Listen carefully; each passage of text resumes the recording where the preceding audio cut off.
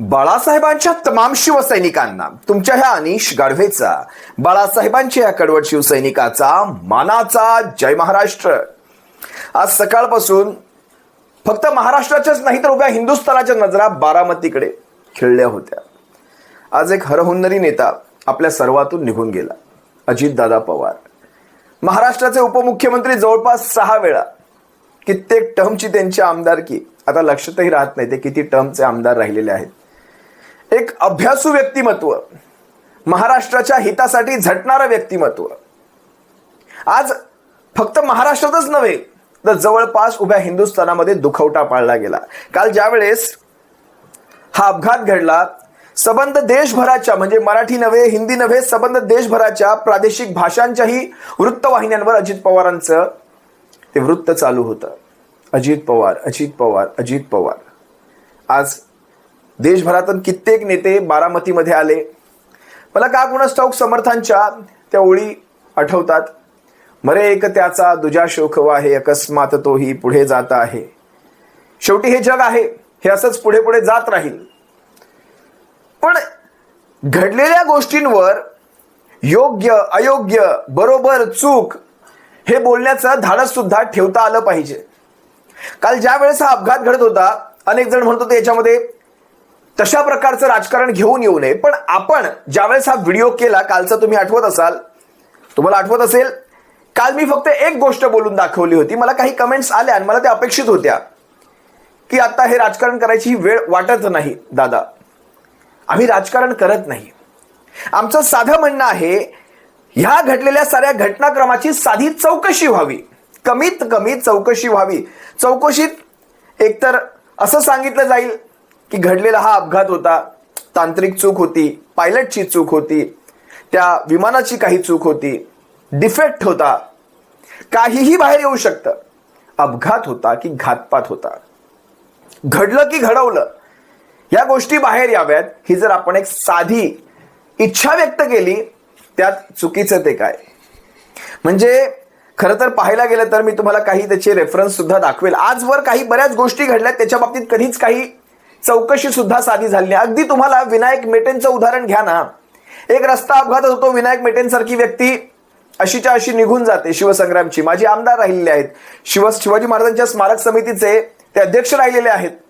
त्या स्मारक समितीमध्ये नेमकं काय घडलं, स्मारकाच्या बाबतीत नेमकं काय घडलं, अनेक गोष्टी त्यांच्याकडे होत्या। त्यांच्या परिवाराने सुद्धा ज्या वेळेस या गोष्टी बोलून दाखवल्या की याच्यामध्ये आम्हाला संशय वाटतोय, तरी सुद्धा चौकशी नसावी। जरा पहा काय घडलं होतं त्यावेळेस, तुम्हाला जर विसर पडला असेल तर। नमस्कार, मी सुवर्ण बुलेटिनमध्ये आपल्या सगळ्यांचं स्वागत। सुरुवात बातमीची बुलेटिनची करणार आहोत विनायक मेटेंच्या अपघातासंदर्भातल्या बातमीनं। विनायक मेटेंच्या अकस्मात अपघात आणि मृत्यूनंतर आता मेटेंच्या नातेवाईकांनी काही सवाल उपस्थित केलेले आहेत आणि त्यांच्यासोबत असणाऱ्या चालकावर आरोप केलेला आहे। विनायक मेटेंसोबत असणारा चालक एकनाथ कदम हा मेटेंसोबत गेली 12 वर्ष काम करतोय, मात्र तरीही त्याने अपघातानंतर फोनवरचा नातेवाईकांचा आवाज ओळखला नाही। त्याने अपघात घडला तिथलं लोकेशन पाठवलं नाही आणि चालक वारंवार आपला जबाब बदलतो आहे, असा आरोप मेटेंचे भाचे बाळासाहेब चव्हाण यांनी केलाय। पत्रकार परिषदेच्या माध्यमातून त्यांनी आरोप केलेले आहेत। तर या सगळ्याची गांभीर्यानं आणि तातडीनं चौकशी व्हावी, अशी मागणी मेटेंचे कुटुंबीय करतायत। तू कुठे मला लोकेशन दे, तर तो लोकेशन देत नव्हता। फक्त त्यांनी मला विचारलं की तुम्ही कोण बोलताय। रोज तो सातत्याने माझ्याबरोबर असताना तो साहेबांच्या बरोबर 12 वर्ष काम करतोय, त्याच्याकडे माझा नंबर आहे। मी दुसऱ्या मोबाईलवरनं जरी कॉल केला तर तो मला माझ्या नावाने बोलायचा। मग त्याला कालच का की मी आठवलं नाही की माझा नंबर शेव असतानाही त्याला कसं कळलं नाही की बाळासाहेब चव्हाणांनी फोन केला आहे। मी स्वतः त्याला सांगितलं मी बाळासाहेब चव्हाण बोलतोय। मग तो म्हणला बाळासाहेब तुम्ही कुठे आहेत, तुम्ही लवकर इथं या। मी चांदणी चौकापर्यंत आलोय, तो काय रडायचं सोडत नव्हता आणि लोकेशनही देत नव्हता। मग त्यानंतर मी त्याला सांगितलं तिथं कोण आलंय का, तुला मदत मिळली का, मिळाली नसेल तर मी मदत मिळवण्यासाठी फोन करतो। तर मग त्यांनी एक व्यक्ती तिथं होते मदतीसाठी आलेले, त्यांच्याकडे फोन दिला। मी त्यावेळेस त्यांना विचारलं की बाबा हे कुठल्याच स्पॉटला आहेत, कुठल्या लोकेशनला आहेत, मी निघालोय। त्यांनी मला विचारलं तुम्ही कोण आहात, म्हणलं मी मेटे साहेबांचा भाचा आहे, आणि मी त्यांच्याकडे यायला निघालो. ड्रायव्हरला काहीही कुठेही लागलेलं नाही आहे, तो चांगला आहे. आणि बॉडीगार्ड जे आहेत ते साहेबांचे अंगरक्षक पोलीस होते, ते बेशुद्ध आहेत, पण त्यांचा श्वास चालू आहे. त्यांनी मला एवढं विचारलं, तुम्ही ऐकण्याच्या क्षमतेमध्ये आहात का? म्हणलं हो आहे. तर त्यांनी मला एवढं सांगितलं की साहेब जागेवरती गेलेले आहेत. पण ड्रायव्हरचं स्टेटमेंट असं येत होतं की हॉस्पिटल MGM हॉस्पिटलमध्ये नेल्याच्या नंतर तो असा म्हणत होता की साहेबांच्या पायाला आणि डोक्याला थोडंसं लागलेलं आहे आणि साहेब बरे आहेत. आणि मी साहेबांना 20 मिनिटापर्यंत अर्ध्या तासापर्यंत बोलत होतो, साहेब तुम्ही कसे आहेत, बरं आहेत का? हो बरं आहे. पण ज्यावेळेस मी साहेबांना कॉल केला तर साहेबांनी माझा फोन रिसीव केला नाही. एकीकडे विनायक मेटे यांच्या अपघातानंतर अनेक सवाल उपस्थित झालेत. तसंच मेटेंचा खरंच अपघात झाला की घातपात याविषयीही काही प्रश्न उभे राहिलेत. विनायक मेटे यांच्या आईनंही मेटेंच्या घातपाताविषयी संशय व्यक्त केलेला आहे. तर त्यांच्या पत्नी ज्योती मेटे यांनी या सगळ्याची तातडीनं आणि सखोल चौकशी व्हावी अशी मागणी केली आहे. सोबतच एका कार्यकर्त्याच्या ऑडिओ क्लिपमध्ये तर याआधीही मेटेंचा पाठलाग करण्यात आला होता असा दावा करण्यात आलाय. त्यामुळे विनायक मेटे यांचा अपघात झाला की घातपात याविषयी न्यूज 18 लोकमत ने सुद्धा काही सवाल उपस्थित केलेत. मेटेंचा अनेक दिवसांपासून पाठलाग का सुरू होता? विनायक मेटे यांच्या जीवावर कोण उठलंय? विनायक मेटे यांच्याकडे कुणाची गुपितं होती? विनायक मेटेंचा राजकीय बळी गेलाय का? आरक्षणाचा लढा मेटेंच्या जीवावर बेतला का? फक्त विनायक मेटेंच्याच बाबतीत नाही, अगदी गोपीनाथ मुंडे साहेबांच्या बाबतीत सुद्धा हे अशाच प्रकारचे वृत्त. 2014 साली आपण ज्या वेळेस त्या बातम्या पाहिल्या, सकाळी सकाळी जसं अपघातात आपल्याला वृत्त आली आणि मुंडे साहेब गेले. हे असे लोकनेते ज्यावेळेस महाराष्ट्रातले लोकनेते अशा वेळेस ज्यावेळेस दगावतात, म्हणजे ही मोठी मोठी व्यक्तिमत्व साध्या चौकशा होऊ नये. पहा ना त्यावेळेस काय बातम्या आल्या होत्या. नमस्कार, BBC मराठीमध्ये आपल्या सगळ्यांचं स्वागत आहे. गोपीनाथ मुंडेंचं निधन होऊन 4.5 वर्ष लोटली, पण त्यांच्या मृत्यूचा मुद्दा पुन्हा चर्चेत आला आहे. गोपीनाथ मुंडेंना EVM हॅकिंगची कल्पना असल्यामुळे त्यांची हत्या करण्यात आली असा खळबळजनक आरोप सय्यद शुजा या सायबर एक्सपर्टनं केला. यापूर्वी मुंडेच्या अचानक झालेल्या मृत्यूबद्दल अनेकांनी शंका कुशंका उपस्थित केल्या होत्या. गोपीनाथ मुंडे यांच्या मृत्यूबद्दल BBC मराठीशी बोलताना पत्रकार सुनील चावके म्हणाले की ज्या परिस्थितीत मुंडे यांचा अपघात झाल्याचं सांगितलं गेलं त्यावर अनेकांचा विश्वास बसला नाही. डॉक्टरांनी अंतर्गत रक्तस्राव हे त्यांच्या मृत्यूचं कारण असल्याचं म्हटलं होतं. मात्र त्यांच्या अपघातात ड्रायव्हर किंवा PAला कोणतीही इजा झाली नाही. त्यामुळे लोकांच्या मनात त्यांच्या अपघाताबद्दल संशय निर्माण झाला. पत्रकार व्यंकटेश केसरींनी सांगितलं, मुंडेंच्या मृत्यूबद्दल आजही संशय निर्माण होत आहे. आता निवडणुकीच्या तोंडावर पुन्हा एकदा गोपीनाथ मुंडेंच्या मृत्यूचा संबंध EVMशी जोडला गेलाय. त्यामुळे गोपीनाथ मुंडेंचा मृत्यू हा अपघातीच होता हे लोकांना पटवून देणं हे भाजप समोरचं आव्हान आहे. गोपीनाथ मुंडे यांच्या मृत्यूमुळे संशय निर्माण झाला असल्याचं भाजपचे प्रवक्ते केशव उपाध्ये यांनी मान्य केलं. आणि आज म्हणजे मुंडे साहेबांच्या ह्या बातमीनंतर आज दादांची ही बातमी येते. बरं, दादांच्या ह्या बातमीवर फक्त आपणच व्यक्त होत नाही आहोत, तर हिंदी मीडियातले सुद्धा, म्हणजे मी तुम्हाला अगदी एक व्हिडिओ दाखवतो. तिलक, मला वाटतं त्यांचं नाव तिलक चावला आहे, मी त्यांना पहिल्यांदाच ऐकलं. पण तिलक चावलांनी जे काही सांगितलंय, म्हणजे हा कालचा आजचा व्हिडिओ नाहीये, त्यांच्या मृत्यूनंतरचा हा व्हिडिओ नाहीये, हा व्हिडिओ 1 आठवडा अगोदरचा आहे. तिलक चावला नेमकं काय सूचित करू पाहत होते जरा एकदा तुम्ही सुद्धा ऐका. म्हणजे चला, त्यांच्या मृत्यूनंतर काल आज मध्ये हा व्हिडिओ झाला असता आपण समजू शकलो असतो की चला त्याच्यानंतर काही बातम्या येतात, पण 1 आठवडा अगोदरची ही बातमी आहे. जरा पहा ना तिलक चावला काय म्हणाले. तो क्या अजीत पवार सियासत का नया खाका खींचने की कोशिश कर रहे हैं महाराष्ट्र में, और वही बीजेपी, वही मोदी जी, ना खाऊंगा ना खाने दूंगा, महापुरुष महामानव. अब वही महाराष्ट्र के इन आरोपों को आईने में देखेंगे अपने अक्स को तो उसी में डरेंगे, क्योंकि अजीत पवार ये इल्जाम लगा रहे हैं जो उनके अपने सहयोगी हैं. तो अब कौन भ्रष्टाचारी है और कौन भ्रष्टाचारी नहीं है, यह भी एक बहुत बड़ा सवाल है. क्योंकि यहां तो हमाम में सभी, क्योंकि अजीत पवार कह रहे हैं और बीजेपी भी कह रही है, चक्की पीसिंग पीसिंग एंड पीसिंग. तो अजीत पवार के बगावी तेवर कहते क्या है? तभी मैंने कहा कि मसला बीएमसी चुनाव के नतीजों तक सीमित नहीं है, अभी तो सियासी तूफान आना महाराष्ट्र की सियासत में बाकी है। बीजेपी के भ्रष्टाचार की फाइल मेरे पास। कौन कह रहा है? अजीत पवार। गजब हो गया, शाह की बीजेपी पर इल्जाम कौन लगा रहा है? Deputy CM. भ्रष्टाचार के आरोप। बीएमसी के चुनाव के नतीजे तो निपट गए, लेकिन असली खेल तो अब शुरू हुआ है। अजीत पवार ने एक नया सियासी धमाका करके भारतीय जनता पार्टी को दिल्ली तक हिला दिया। इल्जाम कोई छोटा मोटा नहीं, सिंचाई प्रोजेक्ट में भारतीय जनता पार्टी के महाघोटाले का है, जिसका जिक्र अजीत पवार कर रहे हैं। अजीत पवार, और जो इल्जाम इन्होंने लगाया है उस पर हम आएंगे, उसे सुनकर आप भी दंग रह जाएंगे। यानी बीएमसी चुनाव के नतीजे और दूसरी तरफ अजीत पवार का सीधा डायरेक्ट मोदी और अमित शाह को निशाने पर लेना और चौराहे पर इल्जाम लगाना, भ्रष्टाचार जैसे संगीन इल्जाम के। अब सवाल यह कि अजीत पवार ने भारतीय जनता पार्टी पर इस महाभ्रष्टाचार और घोटाले का इल्जाम अभी ही क्यों लगाया? बीएमसी चुनाव के नतीजे और ठीक उसी वक्त क्या चाचा और भतीजा यानी कि शरद पवार और अजीत पवार भारतीय जनता पार्टी के साथ कोई बड़ा खेल करने जा रहे हैं, या फिर खेल होने जा रहा था उसे रोकने की कोशिश? क्या बीजेपी के खिलाफ अजीत पवार ने एक ऐसा बिगुल बजा दिया है जिसकी धुन इस वक्त दिल्ली वालों को हिला रही है, दिल्ली के तख्तो ताज को हिला रही है? महाराष्ट्र की सरकार पर उसका असर पड़ना तय है। आप गौर कीजिए, जिस भ्रष्टाचार को अजीत पवार के ऊपर मोदी और अमित शाह और देवेंद्र फडणवीस ने थोपा था ना, कि कहा था ना ये भ्रष्टाचारी है, चक्की पीसिंग एंड पीसिंग, और वही अजीत पवार कह रहे हैं मेरे पास सिंचाई प्रोजेक्ट में बीजेपी के घोटाले की फाइल है, सबूत है मेरे पास। यही अजीत पवार कह रहे हैं। अभी तो इनका बयान मैं आपको सुनाऊंगा।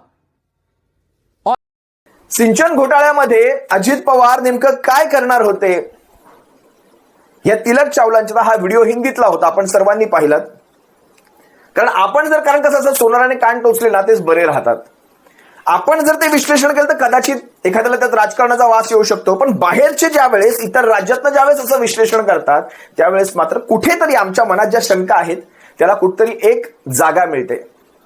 उगाच अजितदादांच्या, बघा आज ज्यावेळेस अजितदादांच्या पार्थिवावर अंत्यसंस्कार होत होते, लाखोंचा जनसमुदाय तिथे लोटला होता। त्या लाखोंच्या जनसमुदायाची सुद्धा तुम्हाला मी काही चित्र दाखवतो।